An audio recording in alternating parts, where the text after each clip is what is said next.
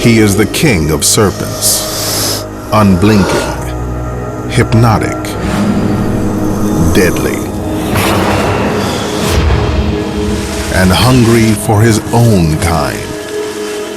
Towering over a wild yet vulnerable kingdom, the king cobra, the largest venomous snake in the world, is powerful enough to kill a full-grown elephant, and we know almost nothing about it. But that's about to change.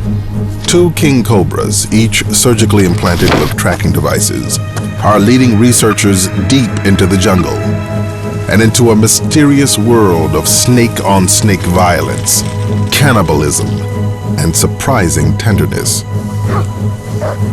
Follow these pioneering serpents into their quickly disappearing realms, revealing secret lives no human has ever seen before.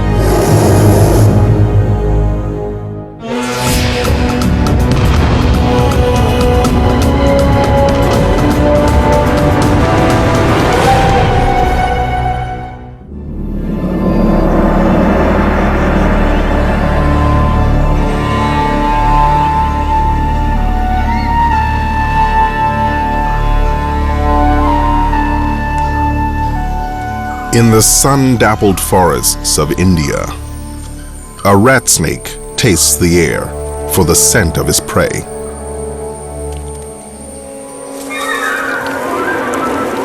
So intent is the rat snake on his victim, he fails to notice the king. This is his domain, and the king cobra's favorite meal is rat snake. So a second hunt begins.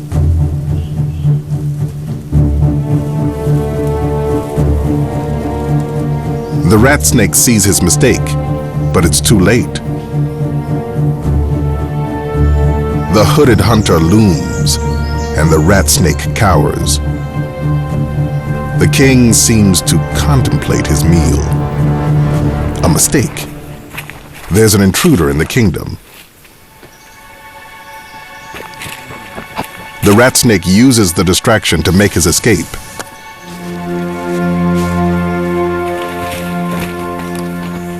The king's dinner will have to wait. The king cobra grows up to almost 5.5 meters and has ruled the forests of India for millions of years. But this ancient creature lives in an increasingly human world, and its kingdom grows smaller every year. King cobras reside throughout Indonesia, Malaysia, and much of Southeast Asia, but a mountain range along India's southwest coast, known as the Western Ghats, has perhaps the highest density of king cobras in the world. The Ghats are one of the wettest places on Earth. Vast quantities of India's water run through its labyrinth of rivers and waterways.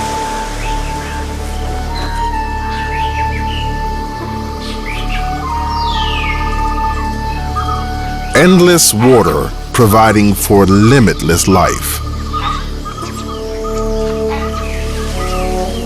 And countless species.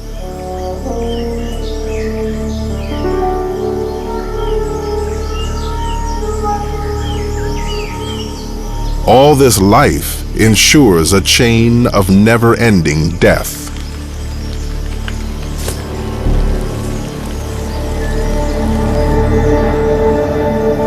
But it's the king cobra that rules these forests.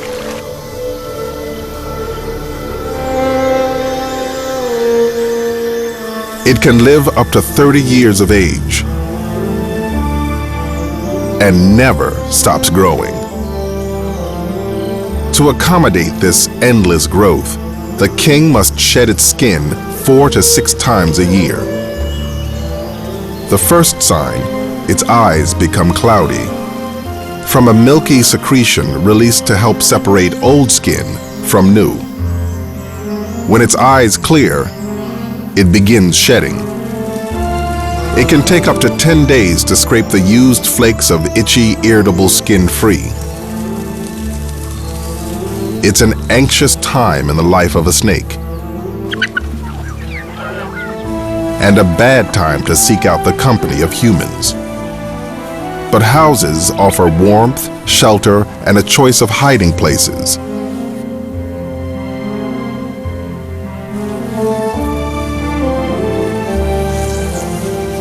It seeks only solitude, but packs enough venom to kill a human many times over, and might defend itself if disturbed, with fatal consequences.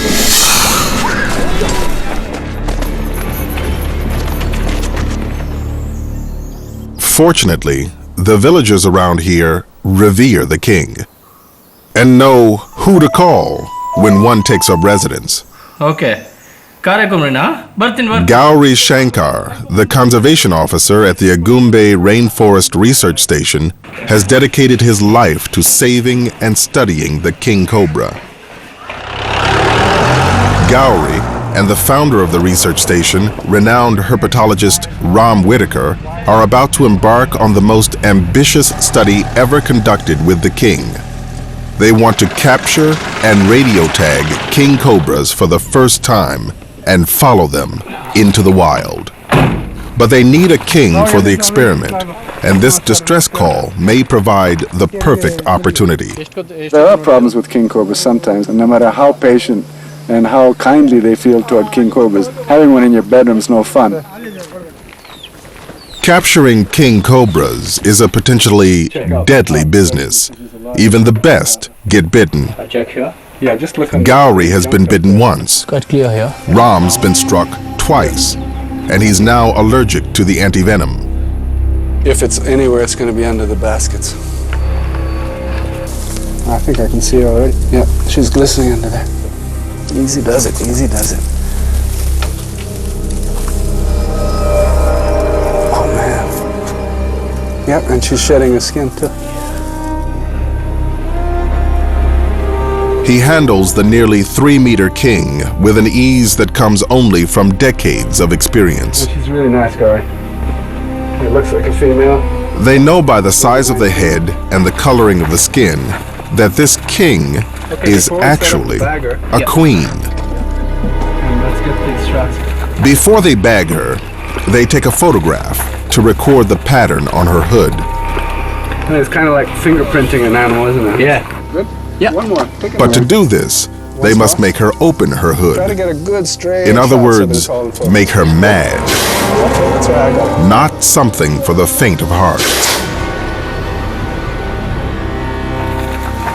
With these mugshots, they hope to assess how many snakes live in the area and keep tabs on snakes they've met before. Okay? A successful photo ID, and they offer her a dark escape. A capture bag fitted with a piece of PVC pipe. See the pipe? And the rescue You're gonna have to is close it. complete. You're just scared. Normally, they'd release her away from the village. But they've got much bigger plans for today's prize. They'll take her back to the research station to prep her for a groundbreaking role in cobra research.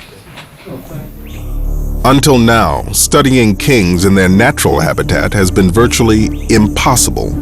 The forests are too dense and the snakes too elusive. As a result, little is known about the king's life in the wild. Where it goes, what it does, or the size of its range. Ram and Gauri's plan is to surgically implant small radio transmitters into 2 king cobras and follow them into the wild. Because these little understood animals are now endangered, this research project is more important than ever. India's forests are rapidly disappearing as humans push deeper into the wilderness. It is estimated that snakes kill as many as 50,000 people in India every year.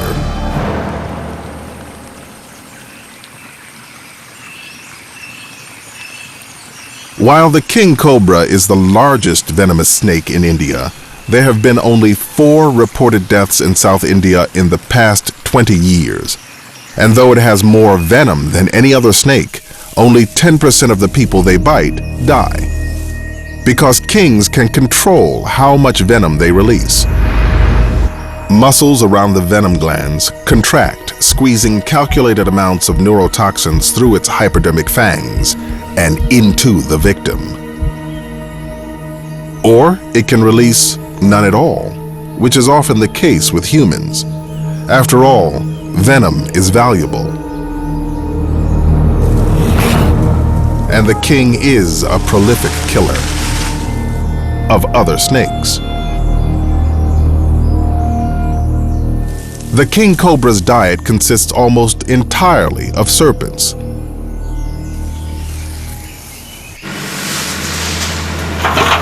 Though it's an apex predator among reptiles, the king increasingly finds itself in competition with people.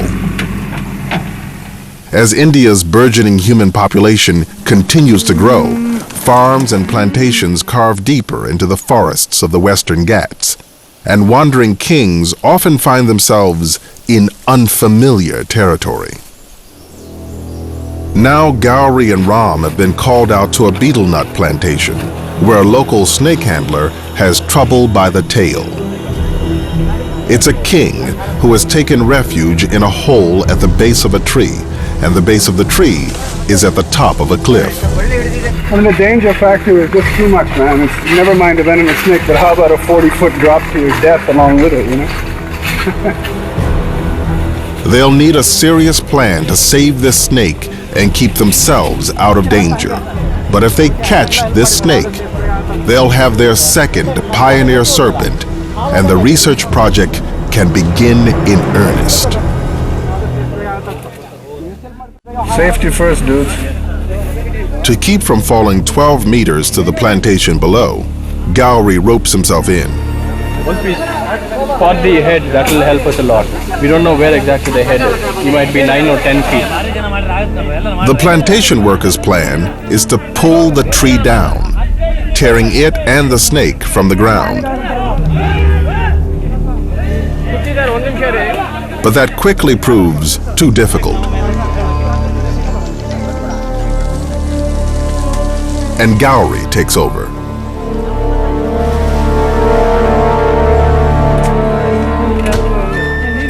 Carefully digging around the hole, he loosens the snake's grip on the earth.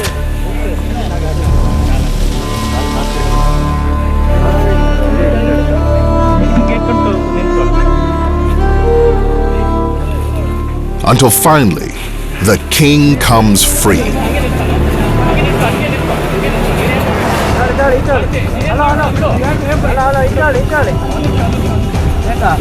Now the local snake handler, perched precariously on the top of the cliff, finds himself face to face with an angry king.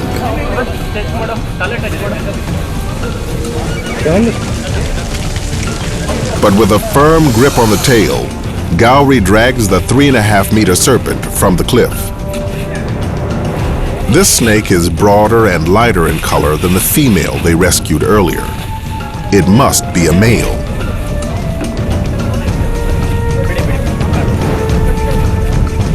As the audience gathers, Ram and Gowrie try to lure the serpent into the bag. And after some coaxing, the king obliges.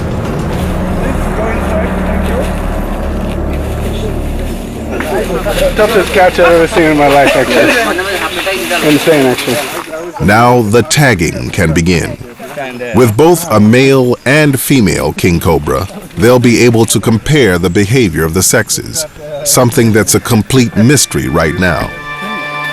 It's time to call in the expert.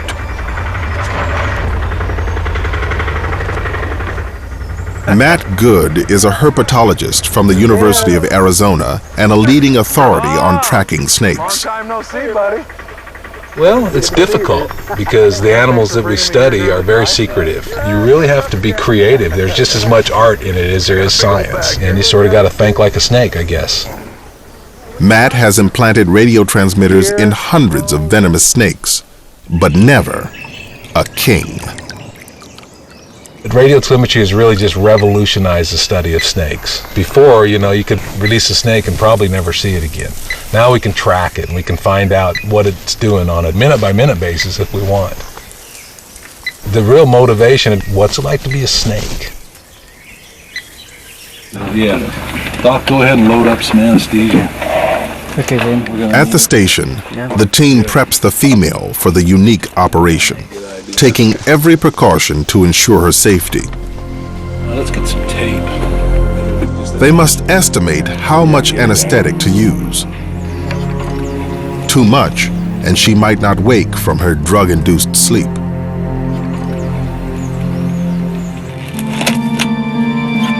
Needle drivers. Thank you.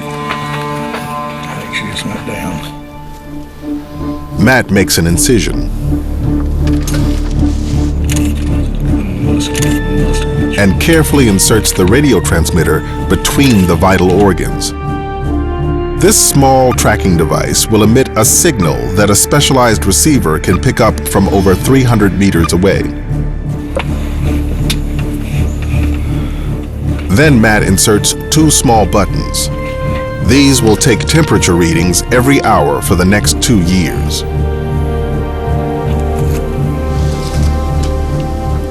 Some final stitching, and the operation is complete. The king was shedding when captured, so they removed the final flakes of dead skin, Nice. Oh, I see. I didn't realize what. including the eye cap, the dead skin covering the eye. Fairly okay. See fairly clearly through that. All that is left is to wake her up, Just watch out that stuff. What is that? but she does not respond. So Matt inserts a straw into her trachea and gives the king mouth to mouth, trying to flush the anesthetic from her lungs. But she still won't wake up. 30. Because kings are an endangered species, the Forest Department keeps careful watch. Is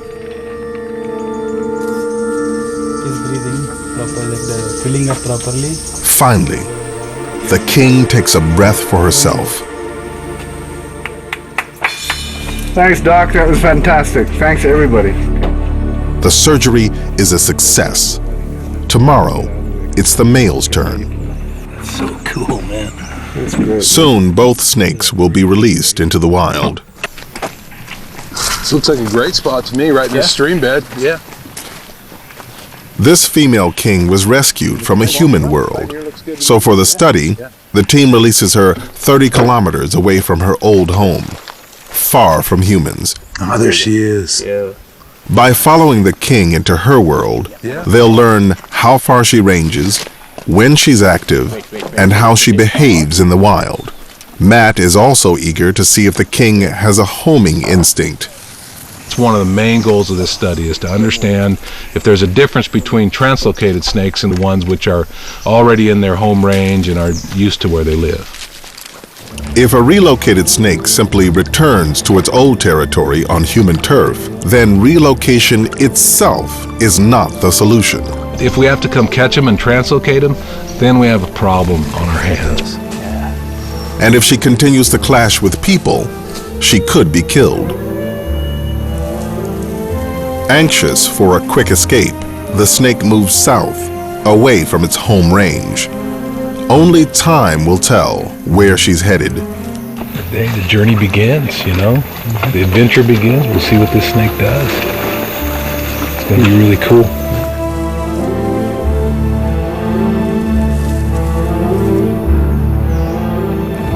Matt and his students set out on the snake's trail, tracking as many as 8 kilometers a day. Man, I think we should head that way.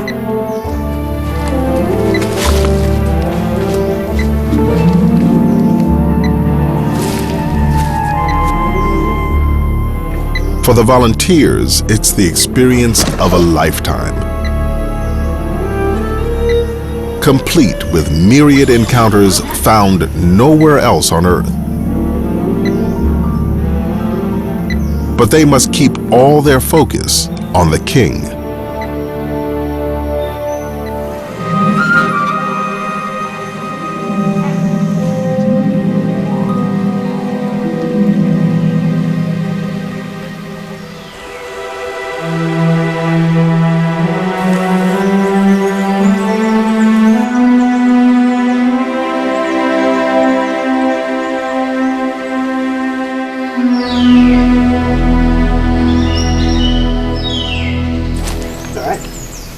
A few days later, they released the male king cobra, also armed with a tracking device.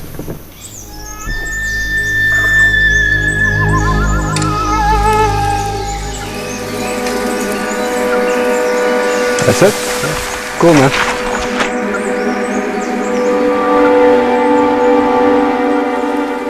Food is his priority after his ordeal.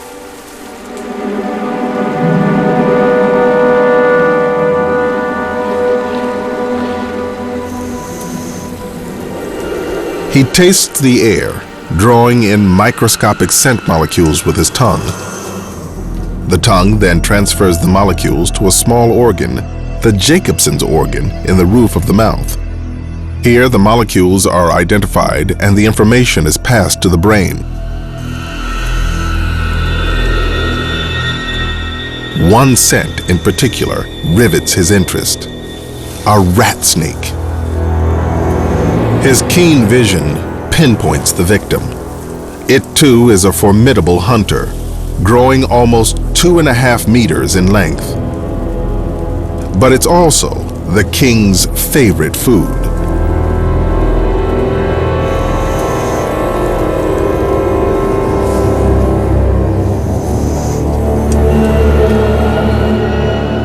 The rat snake tries to look intimidating,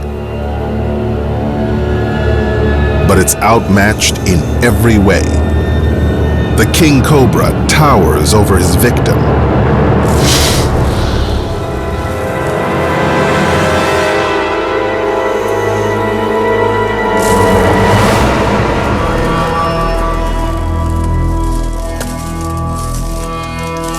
Hypodermic fangs deliver a massive dose of neurotoxic venom.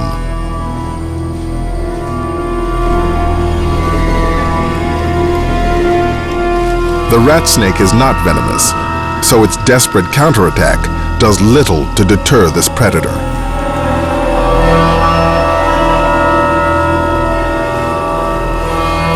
The king then walks his fangs up the body.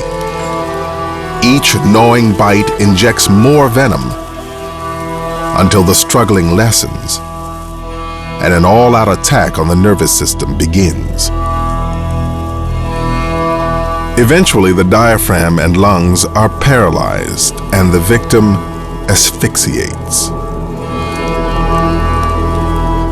Kings always eat their prey head first.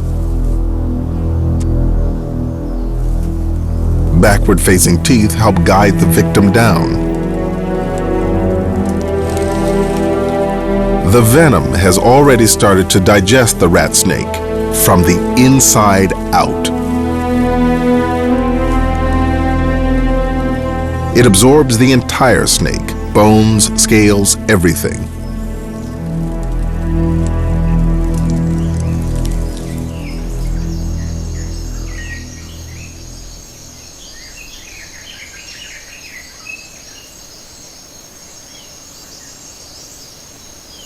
He's tired and vulnerable after his big meal and will lay low for almost a week, hiding in the leaf litter.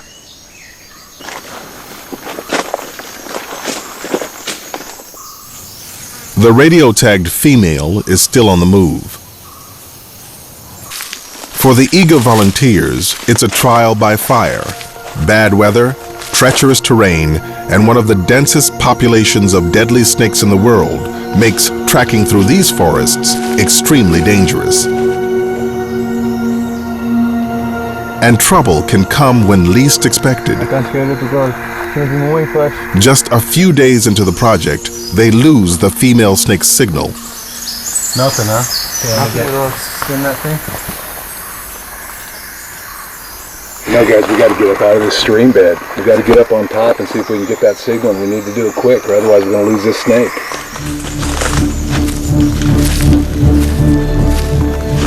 If they don't pick up the signal soon, the king could be gone forever. If following the tagged snakes proves impossible, the project will fail. Desperately, the research team scrambles to high ground, trying to regain the king cobra's signal. The tracking device implanted in her side broadcasts more than 300 meters, but in some conditions, it can be far less than that. Oh, there it is. We got it. Yeah, it's a long way away, so we're going to have to really move it. They finally locate the signal. But they must still visually locate the animal. There it is. We still got it.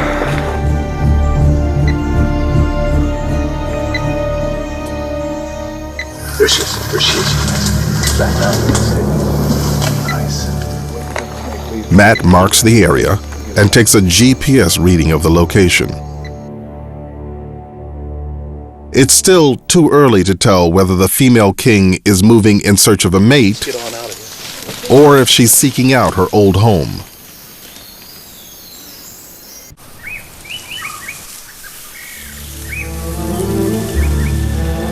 As the female king slithers, she secretes pheromones, leaving a potent scent trail along the forest floor. For the eager male who picks up the scent, it's a roadmap to her affections.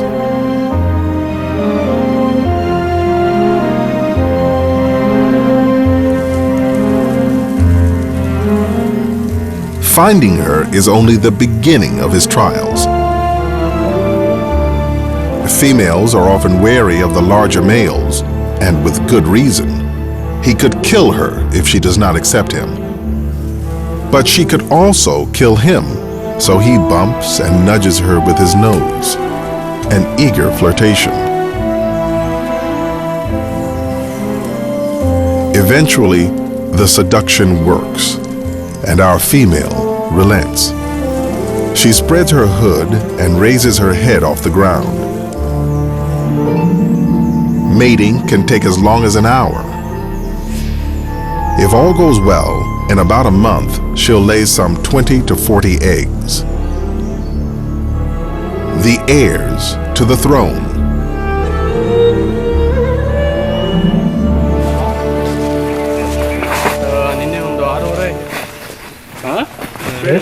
Right above your head. Big male. Not more than 20 kilometers away, the tagged male wanders back into a betel nut plantation. He's watching us. Yeah, he's watching us. The snake has climbed high into a tree. King cobras often climb in search of food or simply to bask in the sun.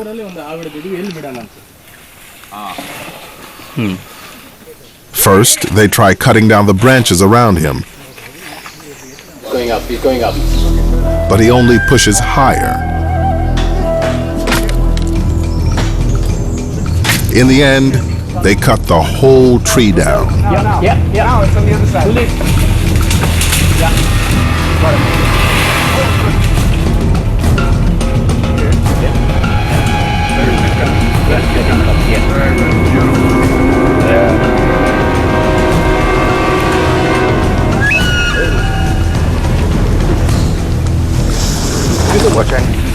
Yep. They once again coax him into the bag. Good, easy catch. Wonderful.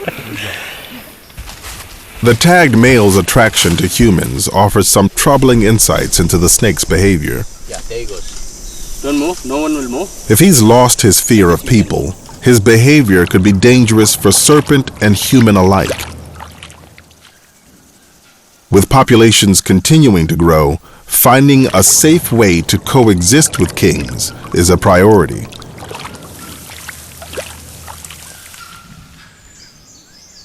Back in the forest, the radio-tagged female king has spent the past 2 weeks with her mate. When another male wanders into their territory,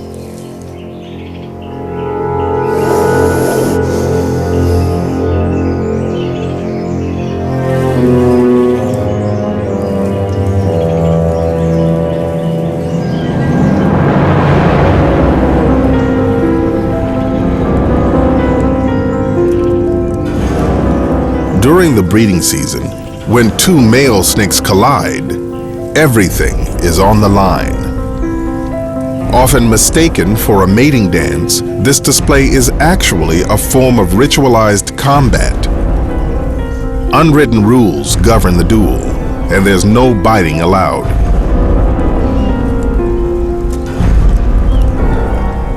Rising higher than a meter, each tries to pin the other to the ground.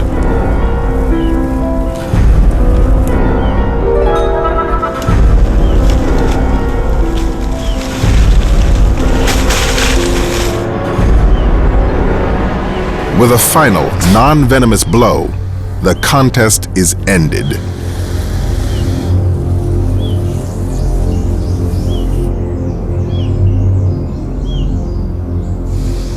The resident male has lost, and he must leave his territory and his mate. And to the winner go the spoils. Like all males this time of year, this snake seems to have only one thing on his mind: sex. But our tagged female has already mated and wants only to be left in peace.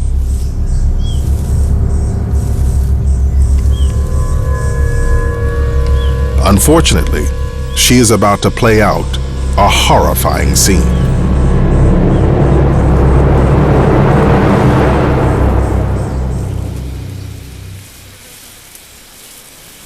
At first, the new male king cobra seems to be merely persistent in his courtship, and the tagged female playing hard to get. But she's carrying another male's eggs. Is it possible he senses the rival's offspring? For whatever reason, his intentions turn from mating to murder.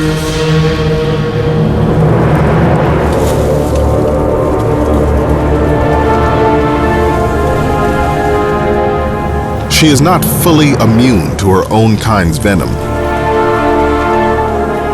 and he squeezes her in his vice-like jaws, pumping venom into her bloodstream.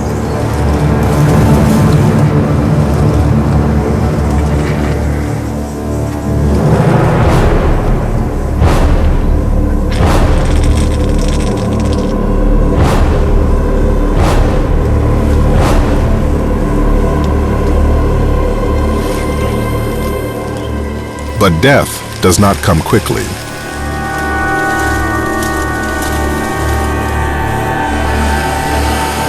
He is her physical superior, but she will not surrender.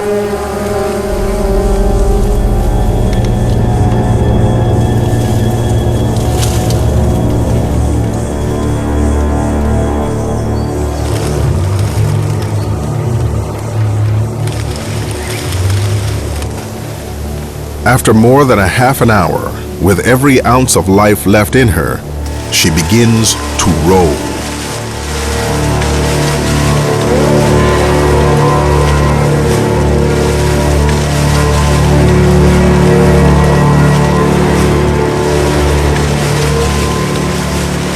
This death roll might be the final fight for freedom, or simply the final breath of life, but it signifies the end.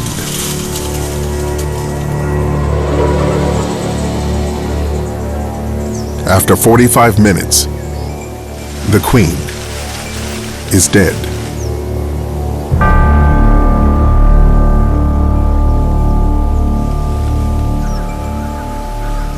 While the male's true motives for the murder are unclear, he is a snake eater, so he begins to swallow her. But he may not have killed her out of hunger. Whether he's just an aggressive male on the rampage, or if some other variable led to a breakdown in the rules of the game, we may never know for sure.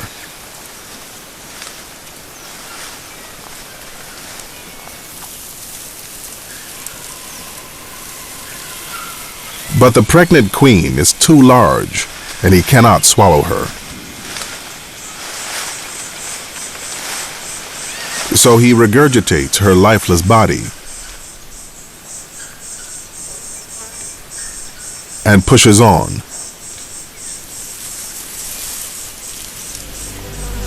leaving the female king and the eggs inside her for the scavengers.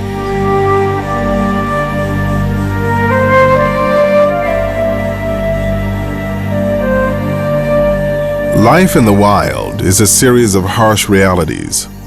But for every tragedy, there is new hope. Oh, yeah. It's huge. Don't go there. Okay. Ram and Gauri have been notified of another female king, this one building a nest in a nearby tract of forest.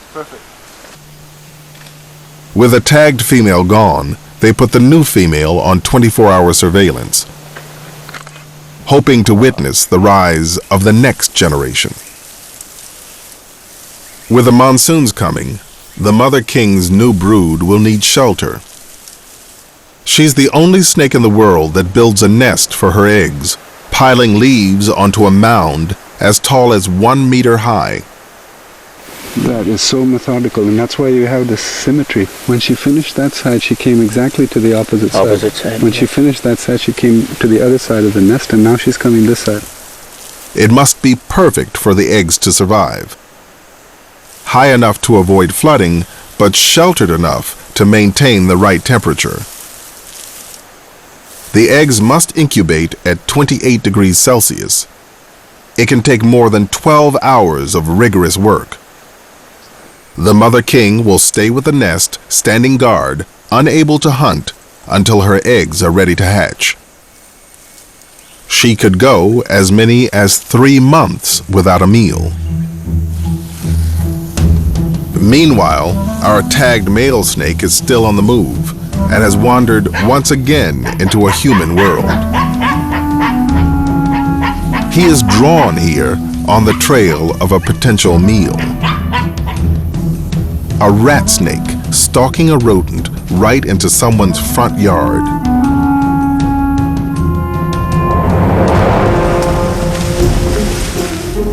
Nothing will interrupt this hunt. Twisting and turning, he mauls the victim, pumping it full of venom. Witnessing this hunt in human territory confirms a suspicion Ram and others have held for some time. We're learning an awful lot by radio tracking for the first time, and we always suspected that they spend plenty of time in rice fields, and that's where they find their rat snakes, because that's where the rat snakes find rats. But now we've really proved it with what we found out.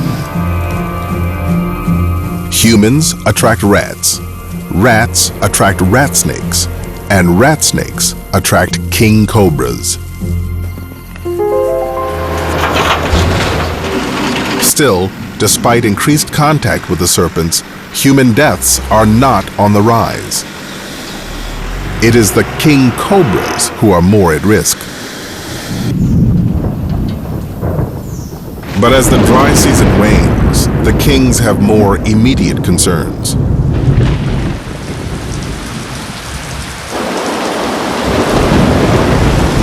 The monsoons of the Western Ghats are legendary, dropping almost 9 meters of rain annually in some places. And everyone must adapt to the monsoons. People, animals, even the king. The deluge batters the female king's nest. If the water rises too high, all her efforts will be lost, and all of her babies could die.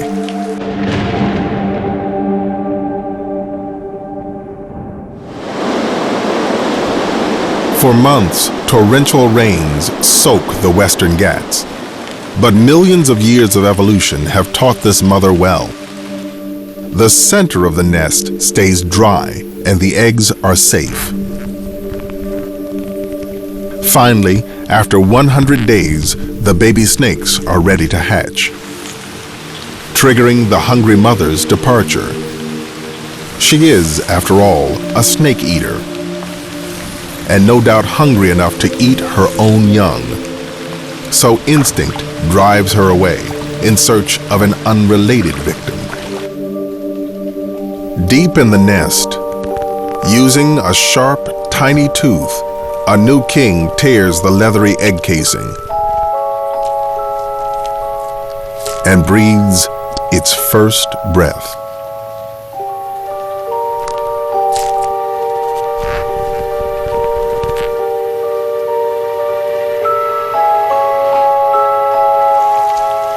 They emerge, one by one, over the course of a few days. 25 snakes in all.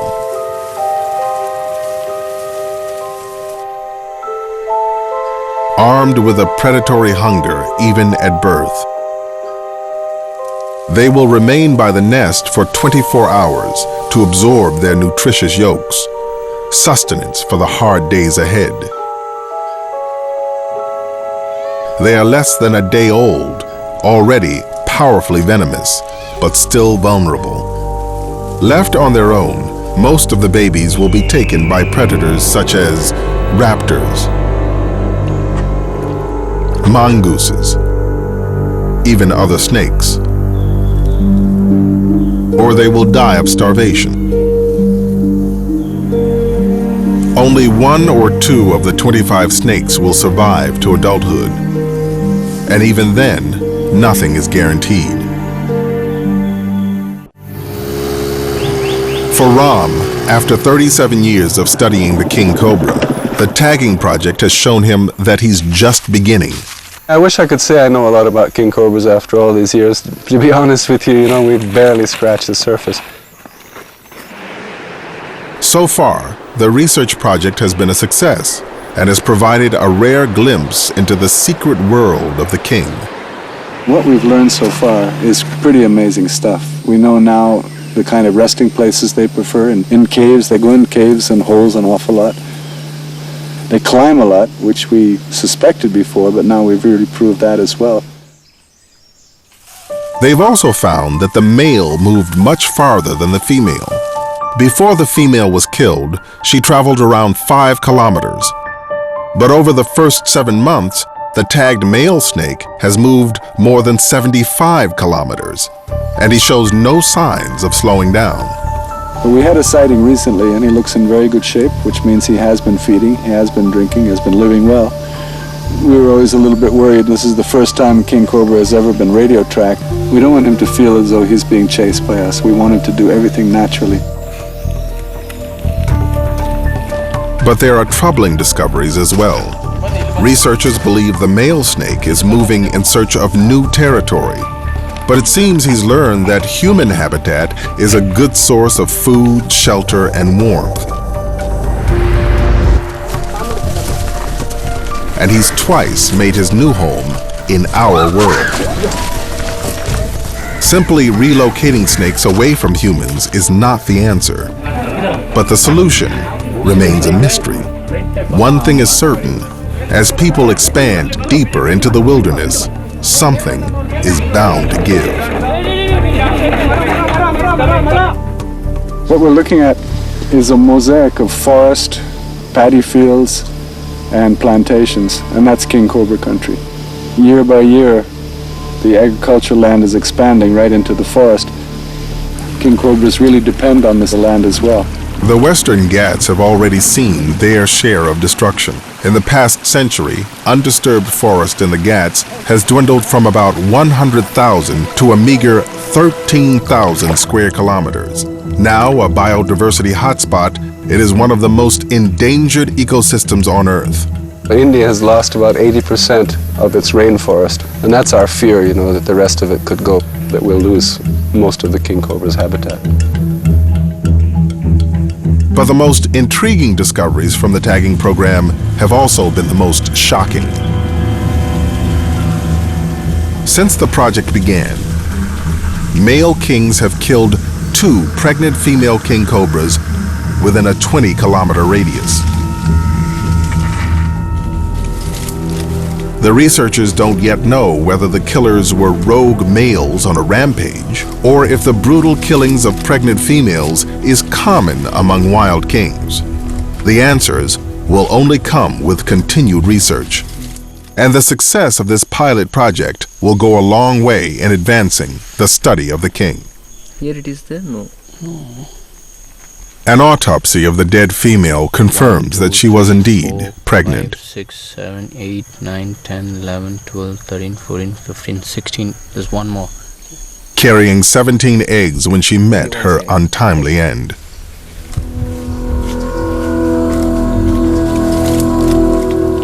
She is laid to rest with a royal funeral pyre, a fiery homage to this pioneering Queen of Kings, whose sacrifice has given us an unsettling new glimpse into the King Cobra's merciless world. She was supposed to build the nest and get the next generation ready, but she ended up here.